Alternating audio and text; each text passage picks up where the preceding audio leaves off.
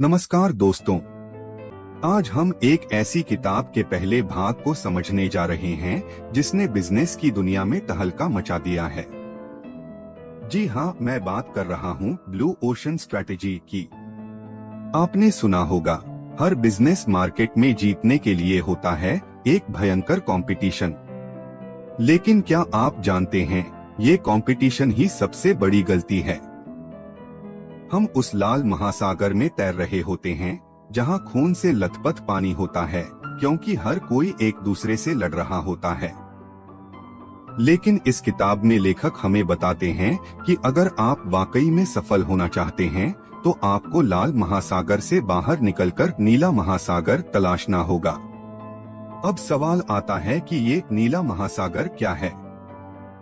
चलिए इसे एक छोटे से उदाहरण से समझते हैं।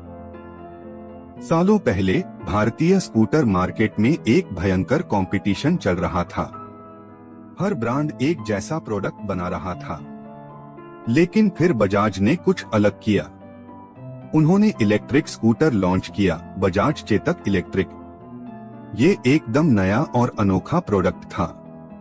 उन्होंने एक नीला महासागर बना लिया जहां कोई कंपटीशन नहीं था। लेखक का कहना है, अगर आप भीड़ का हिस्सा बनकर वही करते रहेंगे जो सब कर रहे हैं, तो आप बस भीड़ में गुम हो जाएंगे। लेकिन अगर आप कुछ ऐसा करेंगे जो पूरी तरह नया हो, तो आप अपनी खुद की मार्केट बना लेंगे। अब सवाल ये उठता है कि हम इस नीले महासागर को कैसे बना सकते हैं। ब्लू ओशन स्ट्रैटेजी हमें सिखाती है कि हमें भीड़ से हटकर सोचना चाहिए। इस किताब के अनुसार दो तरह के मार्केट होते हैं। रेड ओशन, लाल महासागर। इसमें भयंकर कंपटीशन होता है। हर कोई प्राइस को कम करता है, जिससे मुनाफा भी कम हो जाता है। यहाँ कोई नई ग्रोथ नहीं होती। ब्लू ओशन, नीला महासागर।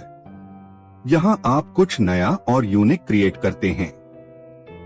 यहाँ कोई कंपटीशन नहीं होता। आप अपनी खुद की डिमांड बनाते हैं। अब इसे और गहराई से समझते हैं। कैसे खोजें अपना नीला महासागर? लेखक कहते हैं कि हमें 4 कदम उठाने की जरूरत है। एलिमिनेट, वो चीजें हटाएं जो आपके कस्टमर्स के लिए ज्यादा मायने नहीं रखती। रिड्यूस, उन फैक्टर्स को कम करें जो आपकी कॉस्ट बढ़ा रहे हैं। रेज, उन फैक्टर्स को बढ़ाएं जो आपके कस्टमर्स के लिए वैल्यू ऐड कर सकते हैं। क्रिएट, कुछ ऐसा इनोवेट करें जो मार्केट में पहले से मौजूद न हो। अब एक और जबरदस्त उदाहरण लेते हैं। सर्क दू सोलील एक कनाडाई एंटरटेनमेंट कंपनी है। सर्कस की दुनिया में हमेशा जानवरों और जोकरों का ही चलन था। लेकिन सर्क दू सोलील ने इन सभी पारंपरिक चीजों को हटा दिया। उन्होंने जानवरों को एलिमिनेट किया, लेकिन परफॉर्मेंस में थिएटर, म्यूजिक और आर्ट को जोड़ा। उन्होंने एक नया नीला महासागर बना लिया।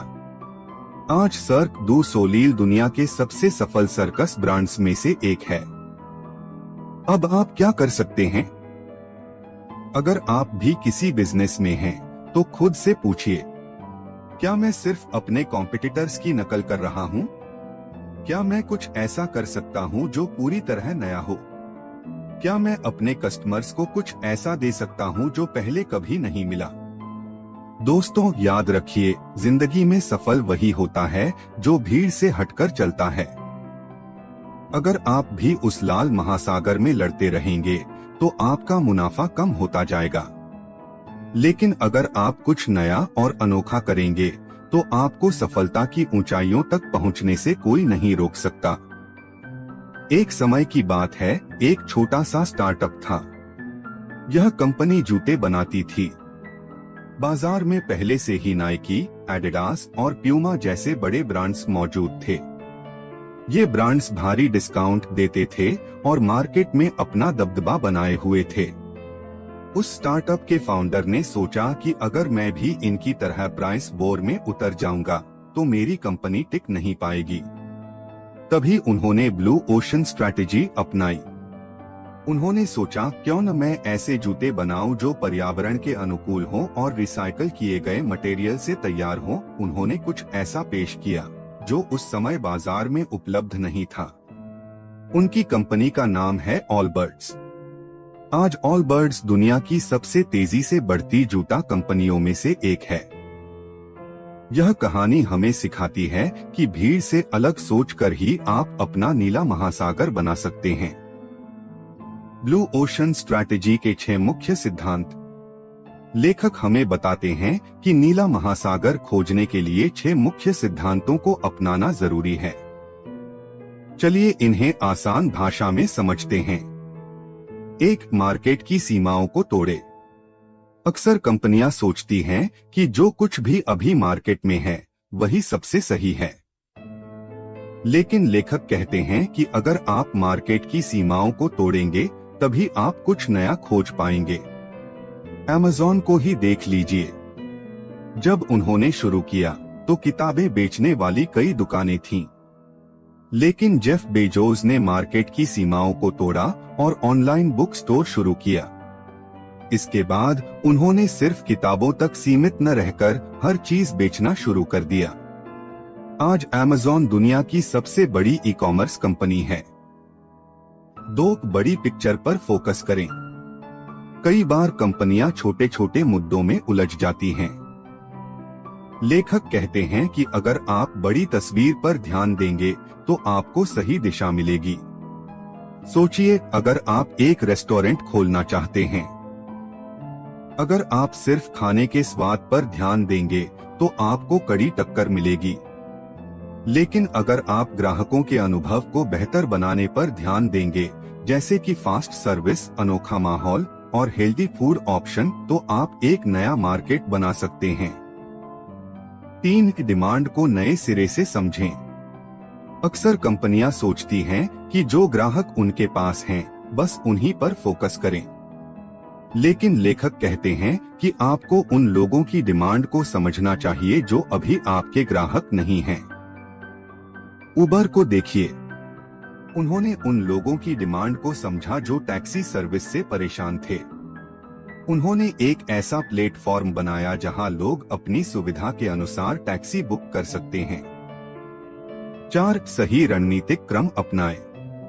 लेखक कहते हैं कि आपकी रणनीति का क्रम सही होना चाहिए। सबसे पहले ग्राहक की जरूरत को समझें, फिर कीमत तय करें और आखिर में प्रोडक्ट तैयार करें। टेस्ला ने अपनी रणनीति में पहले ग्राहकों की जरूरत समझी। लोग इलेक्ट्रिक कार चाहते थे जो सस्ता और स्टाइलिश हो।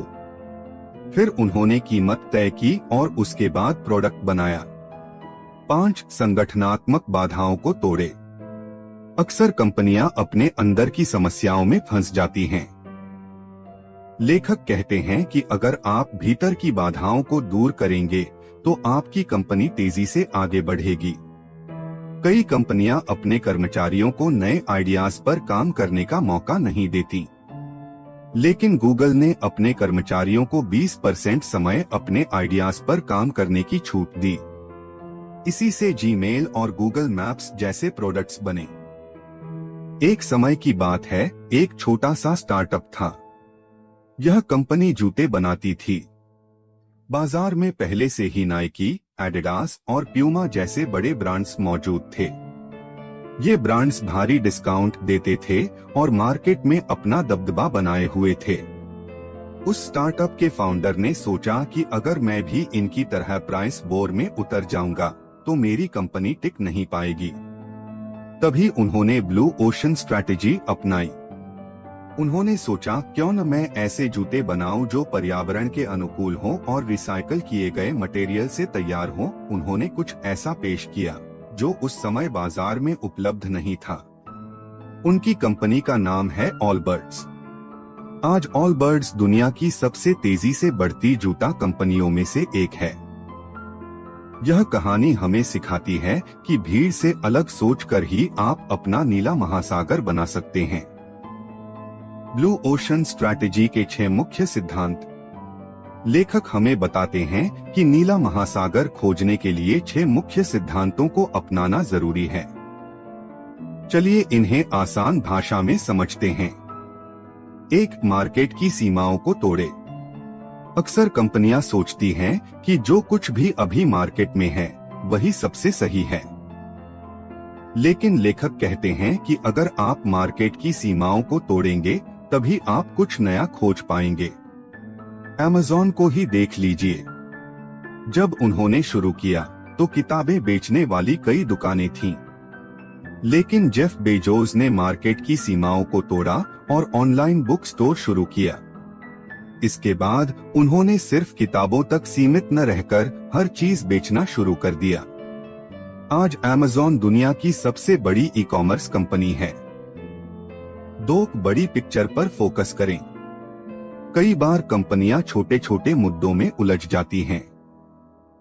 लेखक कहते हैं कि अगर आप बड़ी तस्वीर पर ध्यान देंगे तो आपको सही दिशा मिलेगी। सोचिए, अगर आप एक रेस्टोरेंट खोलना चाहते हैं, अगर आप सिर्फ खाने के स्वाद पर ध्यान देंगे तो आपको कड़ी टक्कर मिलेगी। लेकिन अगर आप ग्राहकों के अनुभव को बेहतर बनाने पर ध्यान देंगे, जैसे कि फास्ट सर्विस, अनोखा माहौल और हेल्दी फूड ऑप्शन, तो आप एक नया मार्केट बना सकते हैं। 3, डिमांड को नए सिरे से समझें। अक्सर कंपनियां सोचती हैं कि जो ग्राहक उनके पास हैं, बस उन्हीं पर फोकस करें। लेकिन लेखक कहते हैं कि आपको उन लोगों की डिमांड को समझना चाहिए जो अभी आपके ग्राहक नहीं हैं। उबर को देखिए, उन्होंने उन लोगों की डिमांड को समझा जो टैक्सी सर्विस से परेशान थे। उन्होंने एक ऐसा प्लेटफॉर्म बनाया जहां लोग अपनी सुविधा के अनुसार टैक्सी बुक कर सकते हैं। 4, सही रणनीतिक क्रम अपनाएं। लेखक कहते हैं कि आपकी रणनीति का क्रम सही होना चाहिए। सबसे पहले ग्राहक की जरूरत को समझें, फिर कीमत तय करें और आखिर में प्रोडक्ट तैयार करें। टेस्ला ने अपनी रणनीति में पहले ग्राहकों की जरूरत समझी। लोग इलेक्ट्रिक कार चाहते थे जो सस्ता और स्टाइलिश हो। फिर उन्होंने कीमत तय की और उसके बाद प्रोडक्ट बनाया।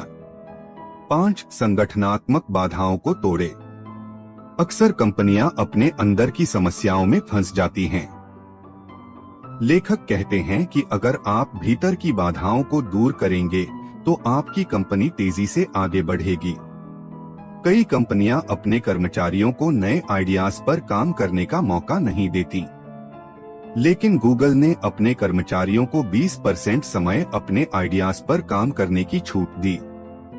इसी से जीमेल और गूगल मैप्स जैसे प्रोडक्ट्स बने। ये एक और दिलचस्प उदाहरण देखते हैं।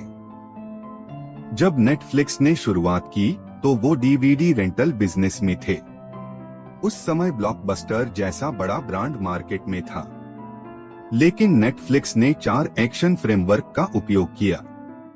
उन्होंने लेट फीस को पूरी तरह से हटा दिया, एलिमिनेट। उन्होंने स्टोर ऑपरेशन को कम किया और ऑनलाइन प्लेटफॉर्म पर फोकस किया, रिड्यूस। उन्होंने ग्राहकों को अनलिमिटेड कंटेंट एक्सेस करने की सुविधा दी, रेज। और अंत में उन्होंने स्ट्रीमिंग सर्विस बनाई जो उस समय मार्केट में बिल्कुल नया था, क्रिएट। आज नेटफ्लिक्स एक ऐसा ब्रांड है जिसे दुनिया भर में लोग जानते हैं।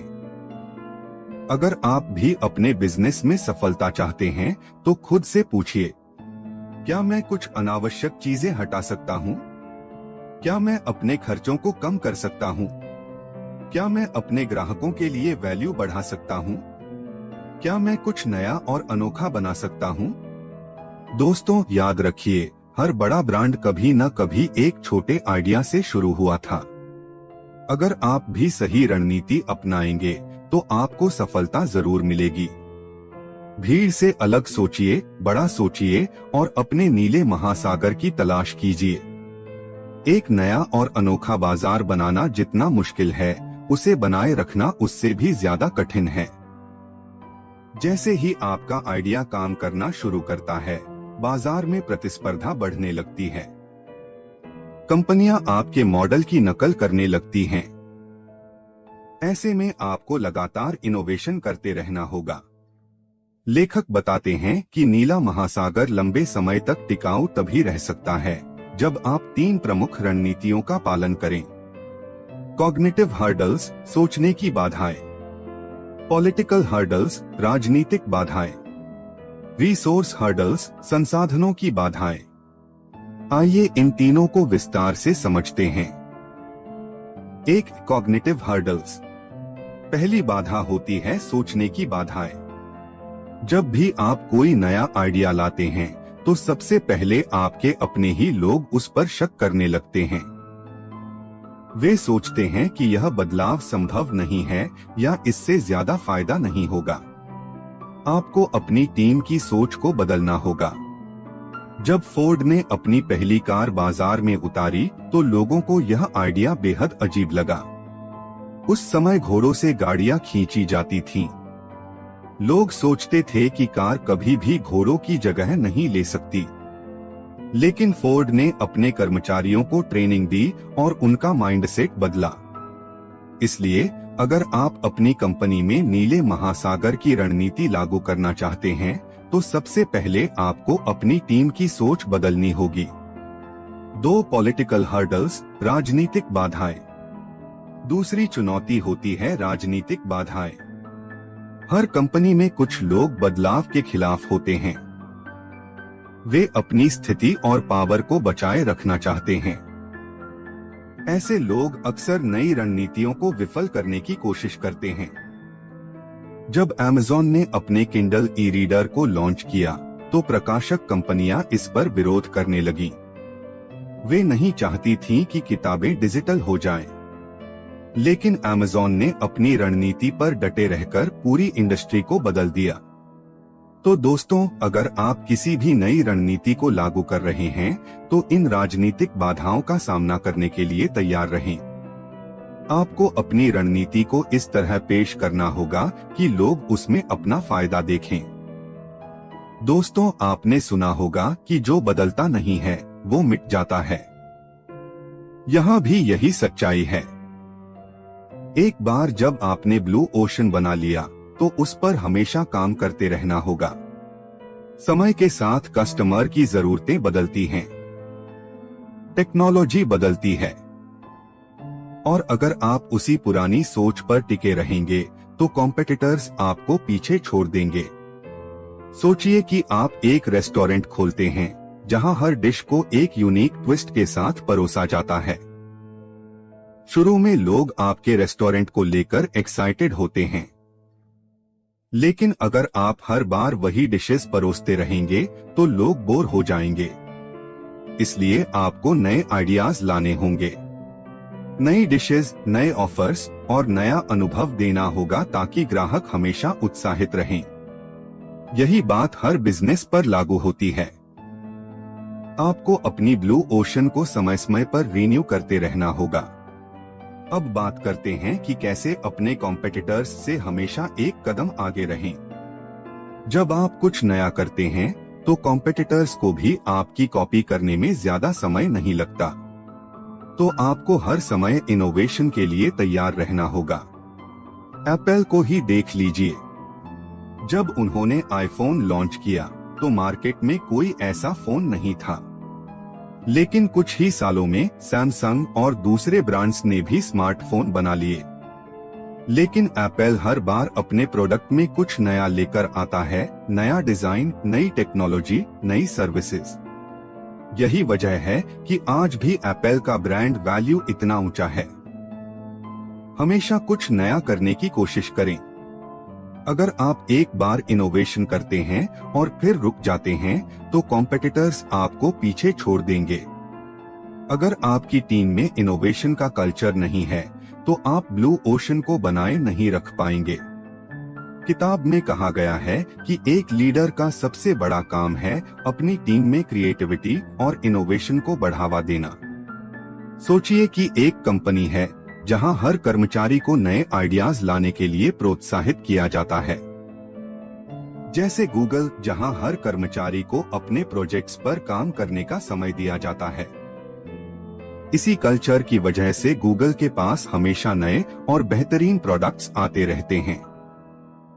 एक ऐसा एनवायरनमेंट बनाएं जहां लोग खुलकर अपने आइडियाज शेयर कर सकें। तभी आपकी कंपनी आगे बढ़ेगी। दोस्तों, जिंदगी में भी यही सच है। अगर आप भीड़ का हिस्सा बने रहेंगे तो कभी आगे नहीं बढ़ पाएंगे। आपको अपना ब्लू ओशन ढूंढना होगा, एक ऐसा रास्ता जो आपको आपकी मंजिल तक ले जाए, जहां आपके पास कोई प्रतिस्पर्धा न हो। तो उठिए, सोचिए और अपनी स्ट्रैटेजी को ब्लू ओशन में बदल डालिए।